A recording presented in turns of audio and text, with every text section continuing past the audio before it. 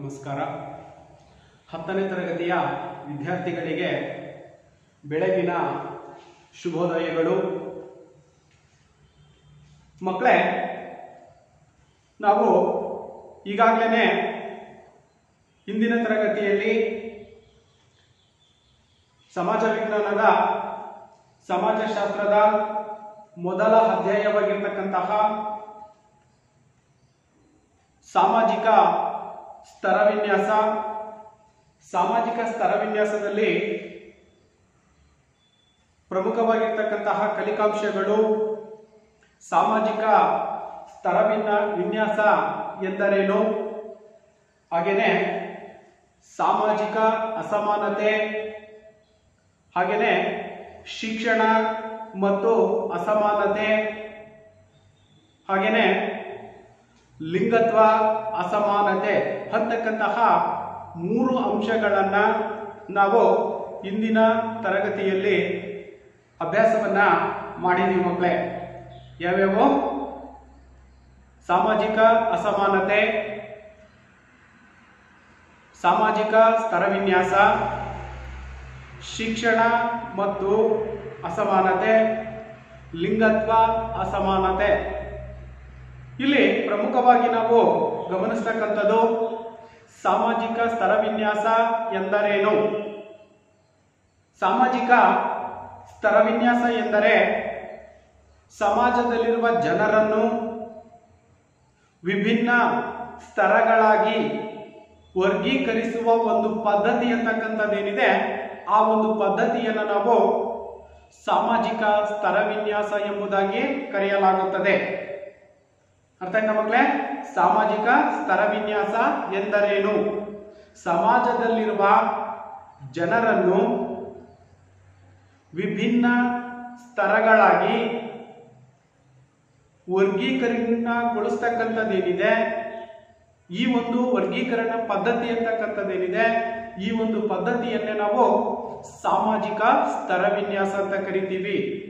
ಹಾಗೇನೆ ಸಾಮಾಜಿಕ ಅಸಮಾನತೆ, ಶಿಕ್ಷಣ ಮತ್ತು ಅಸಮಾನತೆ, ಹಾಗೇನೆ ಲಿಂಗತ್ವ ಅಸಮಾನತೆ, ಹಾಗೇನೆ ಸಾಮಾಜಿಕ ಸ್ತರವಿನ್ಯಾಸ, ಈ 4 ಅಂಶಗಳನ್ನು ನಾವು ಇಂದಿನ ತರಗತಿಯಲ್ಲಿ ಅಧ್ಯಯನವನ್ನ ಮಾಡಿದ್ವಿ ಮಕ್ಕಳೇ.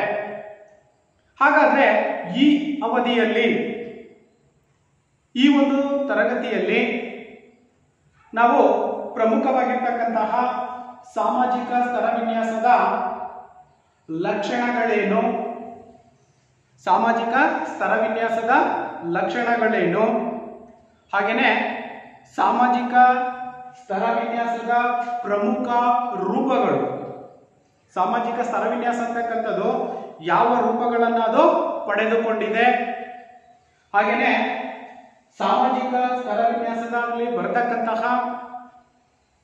ಅಸ್ಪೃಶ್ಯತೆ ಸಮಸ್ಯೆಗಳು.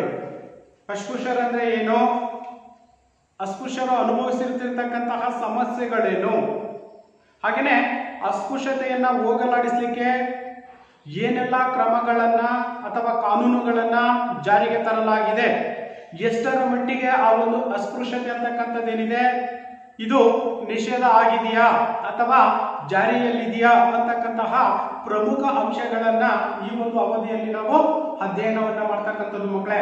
ಅರ್ಥ ಆಯ್ತಲ್ವಾ? ಈಗಾಗಲೇ ನಮಗೆ ಗೊತ್ತಿದೆ, ಹಿಂದಿನ ಅವಧಿಯಲ್ಲಿ ನಾವು ಅಥವಾ ಹಿಂದಿನ ತರಗತಿಯಲ್ಲಿ ಸಾಮಾಜಿಕ ಸ್ತರವಿನ್ಯಾಸ ಅಂದ್ರೆ ಏನು ಅನ್ನೋದನ್ನ ತಿಳ್ಕೊಂಡಿದ್ದೀವಿ. ಇನ್ನೊಂದ್ಸರಿ ಹೇಳುವುದರ ಮೂಲಕ, ಸಾಮಾಜಿಕ ಸ್ತರವಿನ್ಯಾಸ ಎಂದರೆ ಸಮಾಜದಲ್ಲಿರ್ತಕ್ಕಂತಹ ಜನರನ್ನ ವಿಭಿನ್ನ ಸ್ತರಗಳಾಗಿ ವರ್ಗೀಕರಣಗೊಳಿಸ್ತಕ್ಕಂತಹ ಒಂದು ಪದ್ಧತಿ ಏನಿದೆ, ಈ ಒಂದು ಪದ್ಧತಿಯನ್ನೇ ನಾವು ಏನಂತ ಕರಿತೀವಿ? ಸಾಮಾಜಿಕ ಸ್ತರವಿನ್ಯಾಸ ಅಂತ ಕರಿತೀವಿ. ಹಾಗಾದ್ರೆ ಇವತ್ತಿನ ಒಂದು ಅವಧಿಯಲ್ಲಿ ನಾವು ಸಾಮಾಜಿಕ ಸ್ತರವಿನ್ಯಾಸದ ಲಕ್ಷಣಗಳು, ಏನೇನು ಲಕ್ಷಣಗಳನ್ನ ಸಾಮಾಜಿಕ ಸ್ತರವಿನ್ಯಾಸ ಅಂತಕ್ಕಂಥದ್ದು ಒಳಗೊಂಡಿದೆ. ಅರ್ಥ ಆಯ್ತಾ ಮಕ್ಕಳೇ? ಈ ಒಂದು ಅವಧಿಯಲ್ಲಿ ನಾವು ಸಾಮಾಜಿಕ ಸ್ತರವಿನ್ಯಾಸದ ಲಕ್ಷಣಗಳನ್ನ ಗಮನಿಸೋದಾದ್ರೆ ಯಾವ್ಯಾವ ಲಕ್ಷಣಗಳನ್ನ ಸಾಮಾಜಿಕ ಸ್ತರವಿನ್ಯಾಸ ಅಂತಕ್ಕಂಥದ್ದು ಒಳಗೊಂಡಿದೆ. ಹಾಗಾದ್ರೆ ಮೊದಲನೇದಾಗಿರ್ತಕ್ಕಂಥದ್ದು ಸಾಮಾಜಿಕ ಸ್ತರ ವಿನ್ಯಾಸವು ಸಾಮಾಜಿಕವಾಗಿರ್ತಕ್ಕಂಥದ್ದು.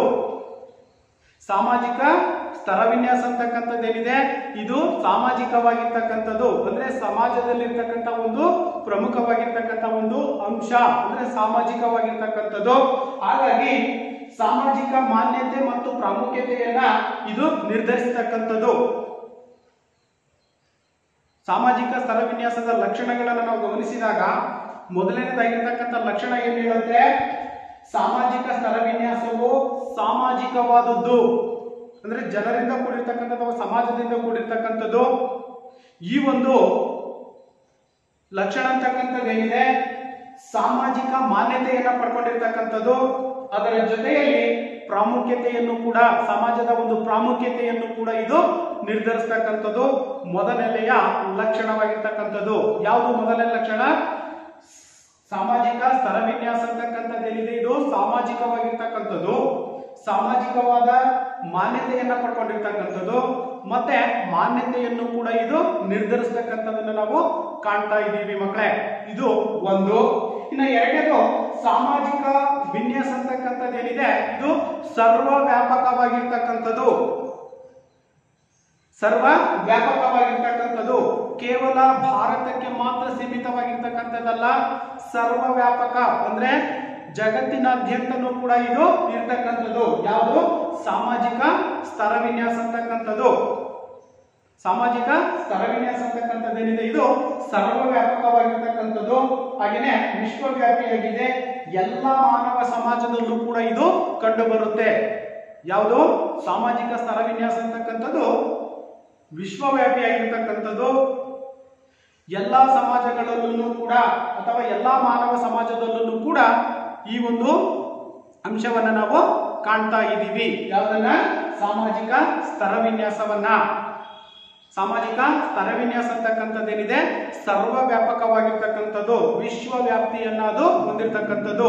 ವಿಶ್ವದಲ್ಲಿರ್ತಕ್ಕಂಥ ಎಲ್ಲಾ ಮಾನವರ ಅಥವಾ ಎಲ್ಲಾ ಸಮಾಜದ ಜನರನ್ನ ಇದು ಸಮಾಜದಲ್ಲಿ ನಾವು ಕಾಣ್ತಾ ಇದ್ದೀವಿ.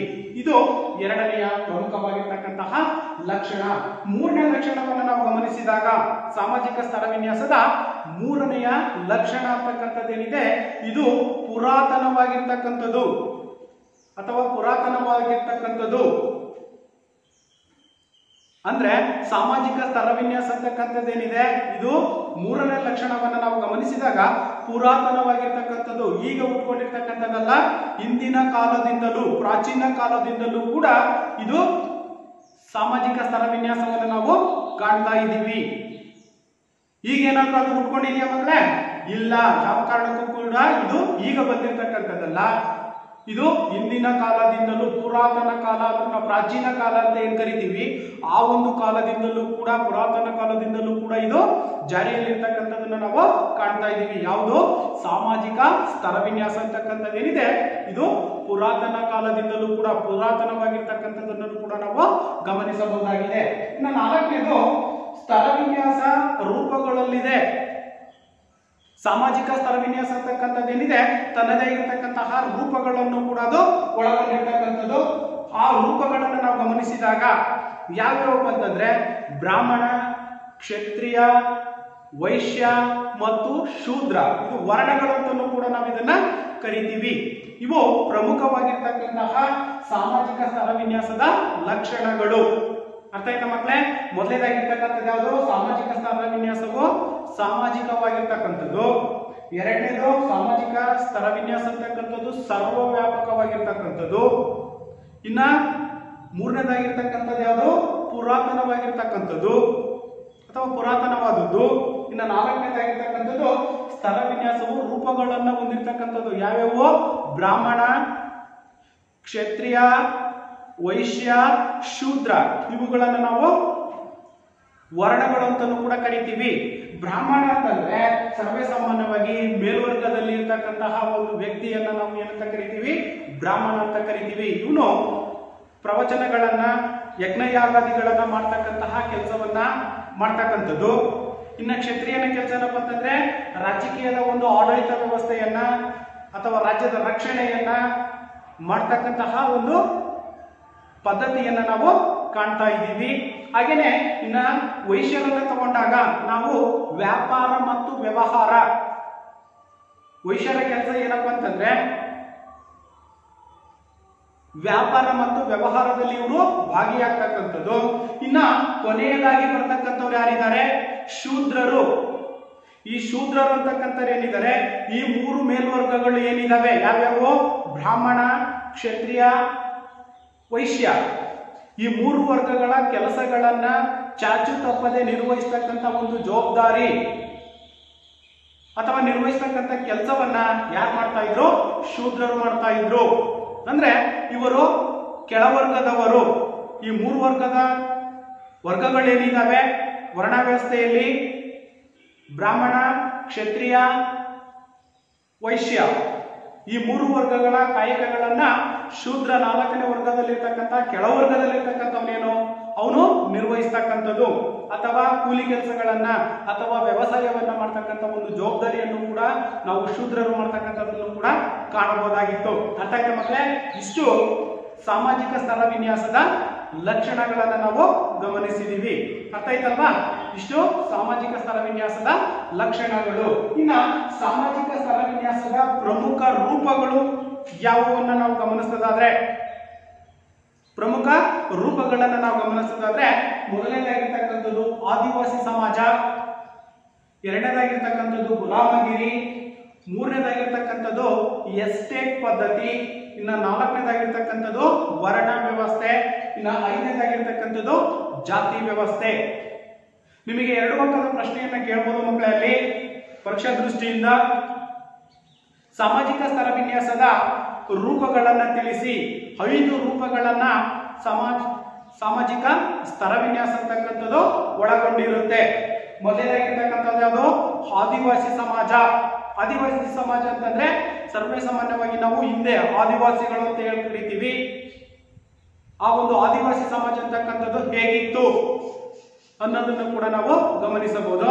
ಇನ್ನ ಎರಡನೇದಾಗಿರ್ತಕ್ಕಂಥದ್ದು ಗುಲಾಮಗಿರಿ ಪದ್ಧತಿ. ಗುಲಾಮಗಿರಿ ಪದ್ಧತಿ ಅಂದ್ರೆ ಸರ್ವೇ ಸಾಮಾನ್ಯವಾಗಿ ನಮಗೆ ಗೊತ್ತಿದೆ, ಸ್ವತಂತ್ರ ಪೂರ್ವದಲ್ಲಿ ಭಾರತನು ಕೂಡ ಯಾರಿಗೆ ಗುಲಾಮರಾಗಿತ್ತು? ಎಸ್, ಬ್ರಿಟಿಷರಿಗೆ ಅಲ್ವಾ? ಅದನ್ನೇ ನಾವೇನಂತ ಕರಿತೀವಿ? ಗುಲಾಮಗಿರಿ ಪದ್ಧತಿ. ಅಂದ್ರೆ ಮೇಲ್ವರ್ಗದವರು ಏನಿದ್ದಾರೆ ಕೆಳವರ್ಗದವರನ್ನ ಗುಲಾಮರನ್ನಾಗಿ ತಾವು ಹೇಳುತ್ತಕ್ಕಂಥ ಎಲ್ಲಾ ಕೆಲಸಗಳನ್ನ ಚಾಚು ತಪ್ಪದೆ ನಿರ್ವಹಿಸ್ತಕ್ಕಂಥ ಒಂದು ಕಾರ್ಯವನ್ನ ಯಾರು ಮಾಡ್ತಾ ಇದ್ರು? ಗುಲಾಮಗಿರಿ ಪದ್ಧತಿ ಅಥವಾ ಗುಲಾಮರು ಅಂತ ನಾವು ಕರಿತೀವಿ. ಈ ಒಂದು ಗುಲಾಮಗಿರಿ ಪದ್ಧತಿಯನ್ನು ಕೂಡ ನಾವು ಸಾಮಾಜಿಕ ಸ್ಥಳ ವಿನ್ಯಾಸದಲ್ಲಿ ಕಾಣ್ತಾ ಇದ್ದೀವಿ ಮಕ್ಕಳೇ. ಹಾಗಾದ್ರೆ ಮೂರನೇದಾಗಿರ್ತಕ್ಕಂಥದ್ದು ಯಾವುದು? ಎಸ್ಟೇಟ್ ಪದ್ಧತಿ. ಎಸ್ಟೇಟ್ ಅಂದ್ರೆ ಸರ್ವೇ ಸಾಮಾನ್ಯವಾಗಿ ನಮಗೆ ಗೊತ್ತಿದೆ ಅಲ್ವಾ? ಕಾಫಿ ಎಸ್ಟೇಟ್ ಅಂತ ಕರಿತೀವಿ, ಟೀ ಎಸ್ಟೇಟ್ ಅಂತ ಕರಿತೀವಿ. ಆ ಒಂದು ಪ್ರದೇಶಗಳಲ್ಲಿ ಅಥವಾ ಗುಡ್ಡಗಾಡು ಪ್ರದೇಶಗಳಲ್ಲಿ ವಾಸಿಸುವ ಜನರು ಅಂತಕ್ಕಂಥ ಏನಿದ್ದಾರೆ ಅದನ್ನೇ ನಾವು ಎಸ್ಟೇಟ್ ಪದ್ಧತಿ ಅಂತಲೂ ಕೂಡ ಕರಿತೀವಿ. ಇನ್ನ 4ನೇದಾಗಿರ್ತಕ್ಕಂಥದ್ದು ವರ್ಣ ವ್ಯವಸ್ಥೆ. ಸರ್ವೇ ಸಾಮಾನ್ಯವಾಗಿ ನಾವು ವರ್ಣ ವ್ಯವಸ್ಥೆಯನ್ನ 4 ಭಾಗಗಳಾಗಿ ಕಾಣ್ತಾ ಇದ್ದೀವಿ.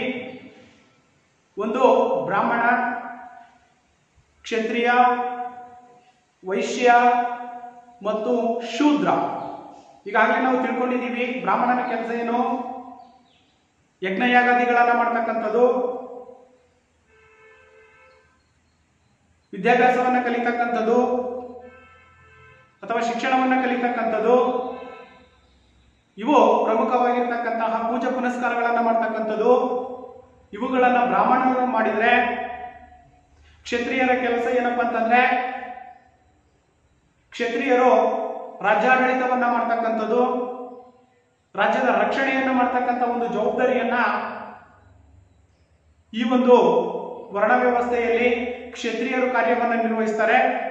ಇನ್ನು ವೈಶ್ಯರನ್ನ ನಾವು ತಗೊಂಡಾಗ 3ನೇ ಸ್ಥಾನದಲ್ಲಿ ಇರತಕ್ಕಂತಹ ವೈಶ್ಯರು ಏನಿದ್ದಾರೆ ಇವರು ವ್ಯಾಪಾರ ಮತ್ತು ವ್ಯವಹಾರವನ್ನು ನಿರ್ವಹಿಸತಕ್ಕಂಥ ಜವಾಬ್ದಾರಿಯನ್ನು ಹೊಂದಿರ್ತಾರೆ. ಇನ್ನ ವರ್ಣ ವ್ಯವಸ್ಥೆಯಲ್ಲಿ 4ನೇದಾಗಿ ಬರ್ತಕ್ಕಂಥದ್ದು ಏನಿದೆ ಅದನ್ನೇ ನಾವು ಏನಂತ ಕರಿತೀವಿ? ಎಸ್ ಅಲ್ವಾ? ಆ ಒಂದು ಶೂದ್ರರು ಅಂತಕ್ಕಂಥ ಏನಿದ್ದಾರೆ ಈ 3 ವರ್ಗಗಳು ಹೇಳಿರ್ತಕ್ಕಂತಹ ಕೆಲಸಗಳನ್ನ ಅಥವಾ ಇನ್ನಿತರೆ ಕಸುಬುಗಳನ್ನ ಅಥವಾ ವ್ಯವಸಾಯವನ್ನ ಮಾಡ್ತಕ್ಕಂಥ ಒಂದು ಕೆಲಸವನ್ನ ಇವರು ನಿರ್ವಹಿಸ್ತಕ್ಕಂಥದ್ದು. ಇದನ್ನೇ ನಾವು ಏನಂತ ಕರಿತೀವಿ ಅಲ್ವಾ, ವರ್ಣ ವ್ಯವಸ್ಥೆ ಅಂತ ಕರಿತೀವಿ. ಇನ್ನ ಜಾತಿ ಪದ್ಧತಿಗೆ ಬಂದಂತ ಸಂದರ್ಭದಲ್ಲಿ ಸಾಕಷ್ಟು ಜಾತಿಗಳಂತಕ್ಕಂಥವನ್ನು ಕೂಡ ಇವತ್ತು ಸಮಾಜದಲ್ಲಿ ಕಾಣ್ತಾ ಇದ್ದೀವಿ ಮಕ್ಕಳೇ. ಆ ಒಂದು ಜಾತಿ ವ್ಯವಸ್ಥೆಯಿಂದ ಸಾಕಷ್ಟು ಗಲಭೆಗಳಂತಕ್ಕಂಥವು ಕೂಡ ಇವತ್ತು ನಡೀತಕ್ಕಂಥದ್ದನ್ನ ನಾವು ಗಮನಿಸಬಹುದು. ಇಷ್ಟು ಪ್ರಮುಖವಾಗಿರ್ತಕ್ಕಂಥ ಸಾಮಾಜಿಕ ಸ್ತರ ವಿನ್ಯಾಸದ ಪ್ರಮುಖವಾಗಿರ್ತಕ್ಕಂತಹ ಲಕ್ಷಣಗಳು ಮಕ್ಕಳೇ. ಅರ್ಥ ಆಯ್ತಲ್ವಾ? ಯಾವ್ಯಾವ ಇದಾವೆ? ಆದಿವಾಸಿ ಸಮಾಜ ಇದೆ, ಗುಲಾಮಗಿರಿ ಪದ್ಧತಿ ಅಂತಕ್ಕಂಥದ್ದಿದೆ, ಹಾಗೇನೆ ಎಸ್ಟೇಟ್ ಪದ್ಧತಿ ಅಂತಕ್ಕಂಥದ್ದಿದೆ, ಹಾಗೇನೆ ವರ್ಣ ವ್ಯವಸ್ಥೆ ಅಂತಕ್ಕಂಥದ್ದಿದೆ. ಇನ್ನು ಅಂತಿಮವಾಗಿ ಬರ್ತಕ್ಕಂಥದ್ದು ಜಾತಿ ಪದ್ಧತಿ, ಕ್ಯಾಸ್ಟ್ ಸಿಸ್ಟಮ್ ಅಂತ ನಾವೇನ್ ಕರಿತೀವಿ. ಈ ಒಂದು ಜಾತಿ ಪದ್ಧತಿ ಅಂತಕ್ಕಂಥದ್ದನ್ನು ಕೂಡ ನಾವು ಸಾಮಾಜಿಕ ಸ್ತರ ವಿನ್ಯಾಸದಲ್ಲಿ ಕಾಣ್ತಾ ಇದ್ದೀವಿ. ಇವು ಪ್ರಮುಖವಾಗಿರ್ತಕ್ಕಂಥ ಸಾಮಾಜಿಕ ಸ್ತರ ವಿನ್ಯಾಸದ 5 ಪ್ರಮುಖವಾಗಿರ್ತಕ್ಕಂತಹ ರೂಪಗಳನ್ನ ಸಾಮಾಜಿಕ ಸ್ತರ ವಿನ್ಯಾಸ ಅಂತಕ್ಕಂಥದ್ದು ಒಳಗೊಂಡಿರುತ್ತೆ. ಅರ್ಥ ಆಯ್ತಾ ಮಕ್ಕಳೇ? ಈಗ 2 ಅಂಶಗಳಂತಕ್ಕಂಥವು ನಮಗೆ ಅರ್ಥ ಆಯ್ತು. ಮೊದಲನೇದಾಗಿರ್ತಕ್ಕಂಥದ್ದು ಸಾಮಾಜಿಕ ಸ್ತರ ವಿನ್ಯಾಸದ ಲಕ್ಷಣಗಳು, ಇನ್ನು ಎರಡನೇದಾಗಿರ್ತಕ್ಕಂಥದ್ದು ಸಾಮಾಜಿಕ ಸ್ತರ ವಿನ್ಯಾಸದ ರೂಪಗಳು ಏನೇನು ಅನ್ನೋದು ಕೂಡ ನಮಗೆ ಅರ್ಥವಾಯಿತು. ಇನ್ನ ಪ್ರಮುಖವಾಗಿರ್ತಕ್ಕಂಥದ್ದು ಅಸ್ಪೃಶ್ಯತೆ. ಅಸ್ಪೃಶ್ಯತೆ ಅಂತಂದ್ರೆ ಏನು? ಶೂದ್ರರಿಗಿಂತಲೂ ಕೂಡ ಕೊನೆಯ ಸ್ಥಾನದಲ್ಲಿರ್ತಕ್ಕಂಥವರು ಅಂತ್ಯಜರು ಅಂತವ್ರನ್ನ ನಾವು ಕರಿತೀವಿ ಮಕ್ಕಳೇ. ಯಾರನ್ನ? ಅಸ್ಪೃಶ್ಯರು ಅಂತಕ್ಕಂಥವ್ರು ಏನಿದ್ದಾರೆ, ಅಸ್ಪೃಶ್ಯರನ್ನ ನಾವು ಅಂತ್ಯಜರು ಅಂದ್ರೆ ಕೊನೆಯ ವರ್ಗ. ಈ ಒಂದು ಅಸ್ಪೃಶ್ಯತೆ ಅಂತಕ್ಕಂಥದ್ದೇನಿದೆ, ಇದು ಒಂದು ಸಾಮಾಜಿಕ ಪಿಡುಗು ಆಗಿರ್ತಕ್ಕಂಥದ್ದು. ಸಮಾಜದಲ್ಲಿ ಯಾವುದೇ ರೀತಿಯಾಗಿರ್ತಕ್ಕಂಥ ಅಸ್ಪೃಶ್ಯರಿಗೆ ತನ್ನದೇ ಆಗಿರ್ತಕ್ಕಂಥ ಒಂದು ಸ್ಥಾನಮಾನ ಅಂತಕ್ಕಂಥದ್ದು ಕೂಡ ಲಭ್ಯವಾಗಿಲ್ಲ. ಅಂತ ಒಂದು ಕೆಳಮಟ್ಟದ ಸ್ಥಾನವನ್ನ ಪಡೆದಿರ್ತಕ್ಕಂಥವ್ರನ್ನ ನಾವೇನಂತ ಕರಿತೀವಿ? ಅಸ್ಪೃಶ್ಯರು, ಕೆಳವರ್ಗದವರು. ಅರ್ಥ ಆಯ್ತಲ್ವಾ? ಅದನ್ನೇ ನಾವು ಅಸ್ಪೃಶ್ಯತೆ ಒಂದು ಸಾಮಾಜಿಕ ಪಿಡುಗು. ಈ ಒಂದು ಸಾಮಾಜಿಕ ಪಿಡುಗು ಅಂತಕ್ಕಂಥದ್ದು ಏನಿದೆ, ಅಸ್ಪೃಶ್ಯತೆ, ಆ ಒಂದು ಅಸ್ಪೃಶ್ಯತೆಯನ್ನ ಹೋಗಲಾಡಿಸಲಿಕ್ಕೆ ಸರ್ಕಾರ ಅಂತಕ್ಕಂಥದ್ದು ಹಲವಾರು ಕಾನೂನು ಕ್ರಮಗಳನ್ನು ಕೂಡ ಜಾರಿಗೆ ತಂದಿರ್ತಕ್ಕಂಥದ್ದನ್ನ ನಾವು ಕಾಣಬಹುದು. ಅದು ಹೋಗುವುದಕ್ಕಿಂತ ಮುಂಚೆ ಅಸ್ಪೃಶ್ಯತೆ ಒಂದು ಸಾಮಾಜಿಕ ಪಿಡುಗು. ಏನು ಸಾಮಾಜಿಕ ಪಿಡುಗು ಅಂತಂದ್ರೆ, ಸಮಾಜದಲ್ಲಿ ಅಂತ್ಯ ಸ್ಥಾನದಲ್ಲಿ, ಕೊನೆಯ ಸ್ಥಾನದಲ್ಲಿ ಇರ್ತಕ್ಕಂಥವ್ರನ್ನ ನಾವು ಅಸ್ಪೃಶ್ಯರು ಅಥವಾ ಅಂತ್ಯಜರು ಅಂತ ಕರಿತೀವಿ. ಹಾಗಾದ್ರೆ ಮೊದಲಾಗಿರ್ತಕ್ಕಂಥವ್ರು ಶೂದ್ರರಿಗಿಂತಲೂ ಕೂಡ ಕೆಳಗಿನವರಾದ 5ನೇ ವರ್ಗ ಏನಿದೆ, ಶೂದ್ರರು ಏನು ವರ್ಣ ವ್ಯವಸ್ಥೆಯಲ್ಲಿ ನಾವು ಬ್ರಾಹ್ಮಣ, ಕ್ಷತ್ರಿಯ, ವೈಶ್ಯ ಮತ್ತು ಶೂದ್ರ ಅಂತ ಏನ್ ಕರಿತೀವಿ, ಈ 4 ಸ್ಥಾನಗಳನ್ನ ಬಿಟ್ಟು ಇನ್ನ 5ನೇ ಸ್ಥಾನದಲ್ಲಿ ಶೂದ್ರರಿಗಿಂತಲೂ ಕೂಡ ಕೆಳಮಟ್ಟದಲ್ಲಿ ಇರ್ತಕ್ಕಂತಹ ವರ್ಗವೇ ಅಸ್ಪೃಶ್ಯರು, ಅಂತ್ಯಜರು, ಕೊನೆಯ ಸ್ಥಾನವನ್ನ ಪಡೆದಿರ್ತಕ್ಕಂಥವ್ರು ಅಂತ ನಾವು ಕರಿತೀವಿ. ಇವರ ಸ್ಥಿತಿ ಅಂತಕ್ಕಂಥದ್ದೇನಿದೆ, ಮನುಷ್ಯರಿಗೆ ಅಥವಾ ಮನುಷ್ಯರೇ ಅಲ್ಲವೇನೋ ಎನಿಸತಕ್ಕಂಥದ್ದನ್ನು ನಾವು ಕಾಣ್ತಾ ಇದ್ದೀವಿ. ಅಸ್ಪೃಶ್ಯರನ್ನ ನಾವು ಗಮನಿಸಿದಾಗ ಅವ್ರಾಗಾದ್ರೆ ಮನುಷ್ಯತ್ವ ಅಥವಾ ಮನುಷ್ಯರ ಒಂದು ಹುಟ್ಟೆ ಅಂತಕ್ಕಂಥದ್ದು ಇಲ್ವಾ? ಅಷ್ಟು ಕೀಳು ಮಟ್ಟದಲ್ಲಿ ನಾವು ಅಸ್ಪೃಶ್ಯರನ್ನ ಇವತ್ತು ಸಮಾಜದಲ್ಲಿ ಕಾಣ್ತಾ ಇದೀವಿ ಮಕ್ಕಳೇ. ಆ ಒಂದು ಪದ್ಧತಿ ಅಂತಕ್ಕಂಥದ್ದು ಏನಾಗ್ಬೇಕು, ಇಲ್ಲಿ ಮೊದಲು ನಾಶವಾಗಬೇಕು. ಶೂದ್ರರಿಗಿಂತಲೂ ಕೂಡ ಕೊನೆಯ ಸ್ಥಾನವನ್ನ ಪಡೆದಿರ್ತಕ್ಕಂಥವ್ರು ಅಸ್ಪೃಶ್ಯರು ಏನಿದ್ದಾರೆ, ಅಂತ್ಯಜರು ಅಂತ ನಾವೇನ್ ಕರಿತೀವಿ. ಹಾಗಾದ್ರೆ ಅವರು ಸ್ಥಿತಿ ಅಂತಕ್ಕಂಥದ್ದು ಮನುಷ್ಯರಲ್ಲವೇ? ಅವ್ರುವ ನಮ್ಮಾಗಿನ ಅವರು ಕೂಡ ಸಮಾಜದಲ್ಲಿ ಬದುಕತಕ್ಕಂಥ ಒಂದು ಅವಕಾಶ ಅಂತಕ್ಕಂಥದ್ದನ್ನ ಪಡ್ಕೊಂಡಿಲ್ವಾ? ಹಾಗಾದ್ರೆ ಹಾಗೇನೆ ಅಸ್ಪೃಶ್ಯತೆ ಆಚರಣೆಯು ಹುಟ್ಟಿನೊಂದಿಗೆ ಹಾಗೂ ಅಸ್ತಿತ್ವವನ್ನು ಕೂಡ ಪಡೆದುಕೊಂಡಿರ್ತಕ್ಕಂಥದ್ದು. ಹುಟ್ಟಿನಿಂದಲೇ ಈ ಒಂದು ಅಸ್ಪೃಶ್ಯತೆ ಅಂತಕ್ಕಂಥದನ್ನ ನಾವು ಕಾಣ್ತಾ ಇದ್ದೀವಿ ಸಮಾಜದಲ್ಲಿ. ಹುಟ್ಟಿನಿಂದಲೇ ಜನರಂತಕ್ಕಂಥವ್ರು ಏನಿದ್ದಾರೆ ಆ ಸ್ಥಾನದಲ್ಲಿರ್ತಕ್ಕಂಥವ್ರು ಹುಟ್ಟಿನಿಂದಲೇ ಈ ಒಂದು ಅನಿಷ್ಟವಾಗಿರ್ತಕ್ಕಂಥ ಒಂದು ಪದ್ಧತಿ ಅಂತಕ್ಕಂಥದನ್ನ ನಾವು ಸಮಾಜದಲ್ಲಿ ಕಾಣ್ತಾ ಇದ್ದೀವಿ. ಅರ್ಥ ಆಯ್ತಾ ಮಕ್ಕಳೇ? ಇದು ಶೂದ್ರರಿಗಿಂತ ಕೆಳಗಿನವರಾಗಿರ್ತಕ್ಕಂಥ 5ನೇ ವರ್ಗದಲ್ಲಿ ಬರ್ತಕ್ಕಂಥವ್ರನ್ನ ನಾವೇನಂತ ಕರಿತೀವಿ? ಅಂತ್ಯಜರು ಅಥವಾ ಅಸ್ಪೃಶ್ಯರು ಅಂತ ಕರಿತೀವಿ. ಇವರ ಸ್ಥಿತಿ ಅಂತಕ್ಕಂಥದ್ದು ಬಹಳಷ್ಟು ಶೋಚನೀಯವಾಗಿರ್ತಕ್ಕಂಥದ್ದು. ಅಸ್ಪೃಶ್ಯತೆ ಅಂತಂದ್ರೆ ಮೇಲ್ವರ್ಗದವರು ಕೆಳವರ್ಗದವರನ್ನ ಕೀಳು ದೃಷ್ಟಿಯಿಂದ ನೋಡ್ತಕ್ಕಂಥ ಒಂದು ಪದ್ಧತಿ ಅಂತಕ್ಕಂಥದ್ದು ಏನಿದೆ, ಇದನ್ನ ನಾವು ಏನಂತ ಕರಿತೀವಿ, ಅಸ್ಪೃಶ್ಯತೆ ಅಂತ ಕರಿತೀವಿ. ಇದು ಒಂದು ಸಾಮಾಜಿಕ ಪಿಡುಗಾಗಿರ್ತಕ್ಕಂಥದ್ದು. ಹಾಗಾದ್ರೆ ಇವರು ಹುಟ್ಟಿನಿಂದಲೇ ಆ ಸ್ಥಾನವನ್ನ ಪಡ್ಕೊಂಡಿದ್ದಾರೆ ಅನ್ನೋದಾದ್ರೆ ಆ ಸ್ಥಾನವನ್ನ ಅಲಂಕರಿಸಲಿಕ್ಕೆ ಅಥವಾ ಸಮಾಜದಲ್ಲಿ ಇವ್ರದೇ ಆಗಿರ್ತಕ್ಕಂಥ ಒಂದು ಸ್ಥಾನಮಾನ ಅಂತಕ್ಕಂಥದ್ದನ್ನ ನಾವು ಯಾಕೆ ಅವರಿಗೆ ಕೊಟ್ಟಿಲ್ಲ, ಅವರು ಕೂಡ ಸಮಾಜದಲ್ಲಿ ಬರತಕ್ಕಂಥ ಅರ್ಹತೆಯನ್ನ ಹೊಂದಿದವರೋ ಹೊಂದಿಲ್ವೋ ಅಂತಕ್ಕಂಥ ಪ್ರಶ್ನೆಯನ್ನ ನಾವು ಗಮನಿಸಬೇಕಾಗುತ್ತೆ ಮಕ್ಕಳೇ. ಇನ್ನ ಎರಡನೇದಾಗಿರ್ತಕ್ಕಂಥದ್ದು ಅಸ್ಪೃಶ್ಯತೆ ಎಂಬುದು ಮುಟ್ಟಬಾರದ. ನೋಡಿ, ಅಸ್ಪೃಶ್ಯ ಜನಾಂಗ ಅಂತಕ್ಕಂಥದ್ದು ಏನಿದೆ, ಅವ್ರನ್ನ ಮುಟ್ಟಬಾರದು. ಅಷ್ಟೊಂದು ಕೆಳವರ್ಗದಲ್ಲಿ ಬರ್ತಕ್ಕಂಥದ್ದನ್ನ ನಾವು ಅಸ್ಪೃಶ್ಯರು ಅಂತ ಕರಿತೀವಿ. ಮುಟ್ಟಬಾರದು, ಮುಟ್ಟಲಾಗದ ಎಂಬ ಅರ್ಥವನ್ನ ಕೊಡುತ್ತೆ. ಅಸ್ಪೃಶ್ಯರು ಅಂತಕ್ಕಂಥ ಏನಿದ್ದಾರೆ, ಮುಟ್ಟಲಾಗದ, ಮುಟ್ಟಬಾರದ. ಅವ್ರು ಏನಾದ್ರೂ ಮುಟ್ಟಿದಂತ ಸಂದರ್ಭದಲ್ಲಿ ಯಾರನ್ನ, ಅಸ್ಪೃಶ್ಯರನ್ನ ಮುಟ್ಟಿದಂತ ಸಂದರ್ಭದಲ್ಲಿ ಏನಾಗುತ್ತೆ, ಮೈಲಿಗೆ ಅಂತಕ್ಕಂಥದ್ದಾಗುತ್ತೆ. ಯಾರಿಗೆ, ಮೇಲ್ವರ್ಗದಲ್ಲಿ ಇರ್ತಕ್ಕಂಥವರಿಗೆ. ಆ ಒಂದು ಕಾರಣಕ್ಕಾಗಿ ಇಲ್ಲಿ ಅಸ್ಪೃಶ್ಯ ಇರ್ತಕ್ಕಂಥ ಒಂದು ಪದ ಏನಿದೆ, ಇದು ಮುಟ್ಟಲಾಗದ, ಮುಟ್ಟಬಾರದ